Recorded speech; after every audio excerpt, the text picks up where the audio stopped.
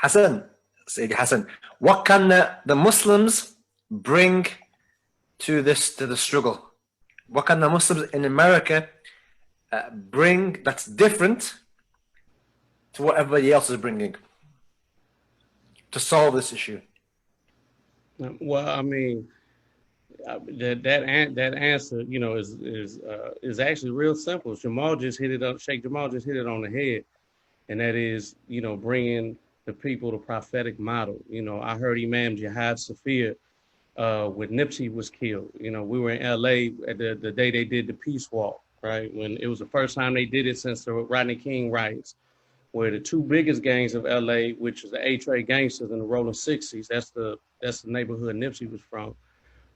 They came together, right? And when they came together, uh, you know, it was, you know, they came together. It was a very, you know, monument. I realized, me being from Oakland, I didn't really, I mean, I realized it was a special situation, but looking at it, I realized I didn't really understand the gang culture in the way from people who live it, obviously, you know, because by through extension, you know, we know people that are down that way.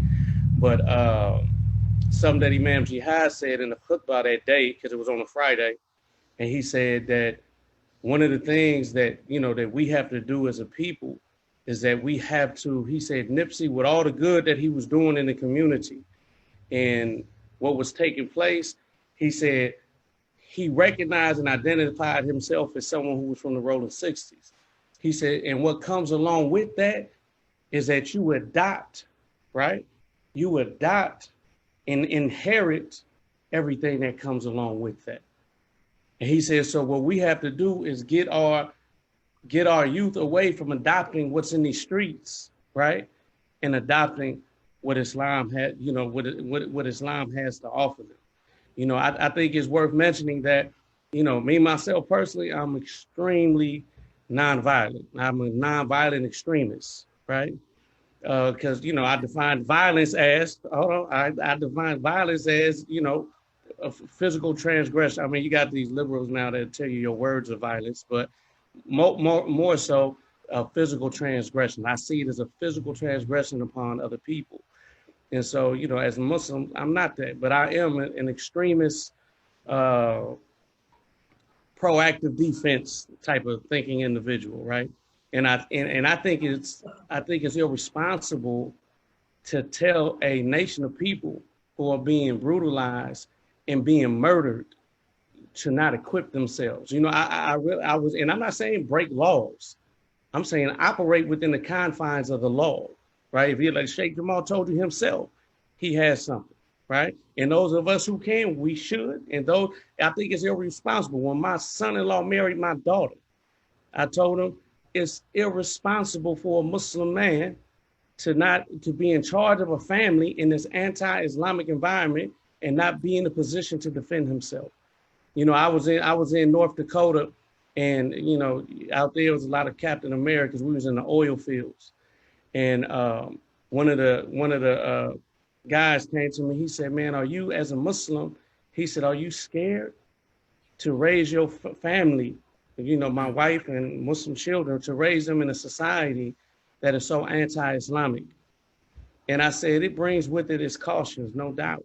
I said, "But I think it would be irresponsible of me to not equip my family with the ability to defend themselves, their community, and, you know, meaning their immediate community and then the greater community, right?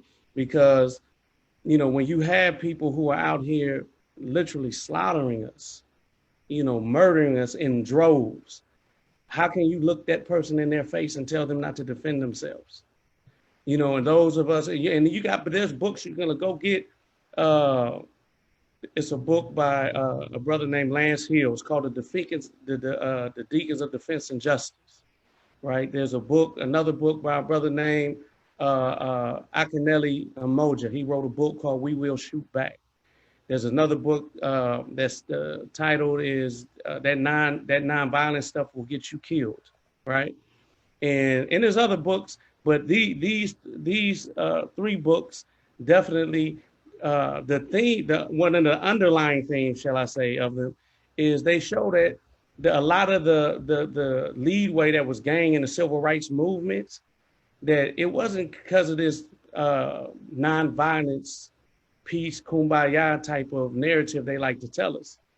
They show that because if you ever look at those pictures and look at those videos, pay close attention, and you'll see women and you'll see young men. Because not too often the grown men, and there was a dissension when King would go to these different places, the men weren't about standing in place and getting their heads busted in. And so I'm not saying that we should be going up and trying to, formulate these militias and stuff like this. What I'm saying is this, that if you educate yourself to the history of what we're discussing right now, of white supremacy, if it's through law enforcement or just the establishment in general, or even just our good old neighbor Bill across the street, right? That if you give them something to think about, right, they'll be less likely to act on you in the way that they do, right? So it's not about winning. When you being oppressed, it's not about winning.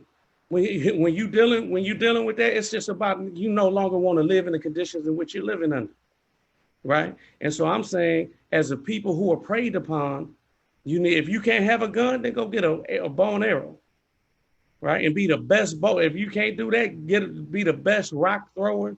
Go to Philistine, take some classes, and become the best rock thrower that you possibly can become. But whatever the situation is, that within the confines of the law, right? People, or if you shall we say, African Americans as a people, or blacks, however a person chooses to call themselves, but we as that class of people, is irresponsible to not put ourselves in a way. I always tell my sons, there's two main things that this society is set up in against us. I said they want to cut off our means, right, of supporting ourselves, right, meaning financially, and our ability to protect ourselves. And if you just look at the laws and you study the laws, you can see the evolution of them taking these, hindering us if it's through home ownership, right? If it's through approved loans for starting businesses, right? If you look at the gun laws, just like what just happened with the out there in Atlanta, in fact, where Sheikh Jamal was at, long as these white guys was going out there and protesting, running up in police face, fully armed in paramilitary gear, it wasn't a problem. When the brothers ran up to the brother's house and, showed up in the same type of outfit with the same type of artillery, right? Now they're talking about passing laws. So, so you got to, when you have a government that preys on its people, people look at us as a people a lot of time and say, why are you in that situation? Pull yourself up on the bootstraps. Well, imagine living in a society where the very people who are supposed to protect its citizens literally prey upon its citizens. There's obstacles there that people who don't live those realities can't see. So again, let me say this before we're in some trouble. In no way, shape, or form am I saying go out there and break the law. But I'm saying, as a people who was preyed upon, is irresponsible, and it goes against one's intelligence to not protect themselves and their family and community. No. Something I want to get your view on. The police force is looking at being this block that's made up of, particularly in situations like this, people tend to look at the police as being all white. Now, obviously, that's not the case. There are police officers who are black, for example, or African American, or whatever term you want to use. How does that change the conversation now? Now or recently, or just in general? Just generally. How does it? Because even here in the UK, there's a big push to gain ethnic minorities to join the police force. In the UK, but it seems like in the States that seems to have already happened a lot more quicker. And there are you see people in higher positions of authority within the police force who are from who are African American, for example. I just want to hear your views on that. I mean, I think more accurately, that conversation is about understanding the society that you live in and understanding your personal narrative as it relates to that society. And so you have to measure and judge the entities that we're talking about right now. And, you know, if a person understands their narrative, it's natural for a person to adopt an ideology, a religion, and network with and work and have a career in places that are progressive for them and their people. If a person doesn't understand their narrative correctly, then I think it's very easy for a person to adopt an understanding, right, or a person to associate themselves with something that's actually counterproductive to who they are. And I personally know brothers, Muslim brothers who are police officers, right? I mean, I don't have a problem with them personally. You know, I don't have a problem with them. I'd rather they pull me over. I tell you this, if I'm getting pulled over, I hope it's one of them than somebody else, you know. So, you know, those people, those Muslims who find themselves in those situations, I think about whatever, again, what is the struggle? It's about whatever Allah puts in front of us and responding appropriately to it. So we have our Muslim brothers who are police officers, right? And you respecting the blue code, then shame on you. You know, I had a brother told me one time, oh, brother, I'm gonna be a police officer and this, and he was gonna do this. And he was like, yeah, I'm gonna be a cricket police officer, right? I'm gonna do this. I'm gonna let our people go and I'm gonna chastise white people. You know, a lot of times you hear people argue, it's not even about justice. They just want to be in a position that white folks are in, right? But us as Muslims, we should be concerned with justice across the board, no matter what it is, right? And so, but when one of the things that we said to the brother, we said, you know, I said, okay. I said, well, if you're going to do that, your intentions are good. I said, that's between you and Allah.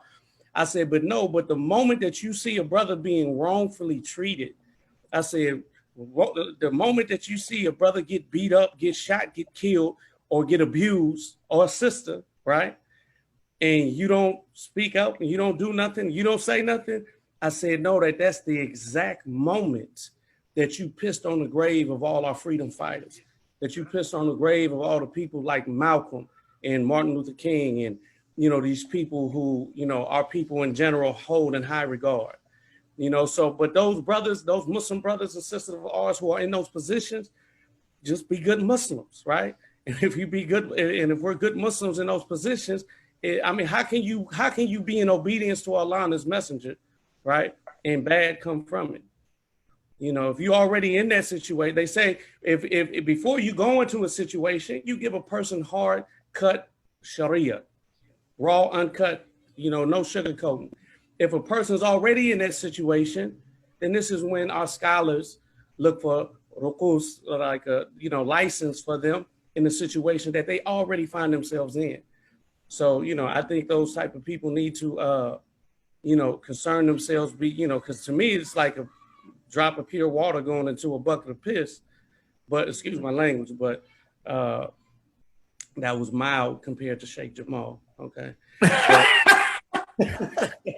But nonetheless, you know, I think a person, you know, that's my take on it. Inshallah. I hope I answered your question. MashaAllah, MashaAllah. Okay. What we're going to do, we're going to take a 10-minute break because Maghrib has come in, and then we'll come back and there's a couple of questions that if you guys are happy with, inshallah, we can have a look at. So we'll take a 10-minute break, inshallah, for us to pray Maghrib. I don't know what time it is in Oakland right now. It's 1:46 here. Okay, and probably Atlanta's probably what, an hour or two behind or in front? No, we're 3 hours ahead of him, 5 hours behind you. So it's 4:46 here. Khair. Okay, if you guys need to do anything, inshallah, mashallah, I don't want to stop it now unless you guys need to go, but we'll take a 10-minute break and then we'll come back and answer a couple of questions, and then if you guys, mashallah, can round it up, alhamdulillah, but we'll take a 10-minute break, inshallah. I'll wait to get a message from you or something, Zane, inshallah. Inshallah. WhatsApp, Right. yeah?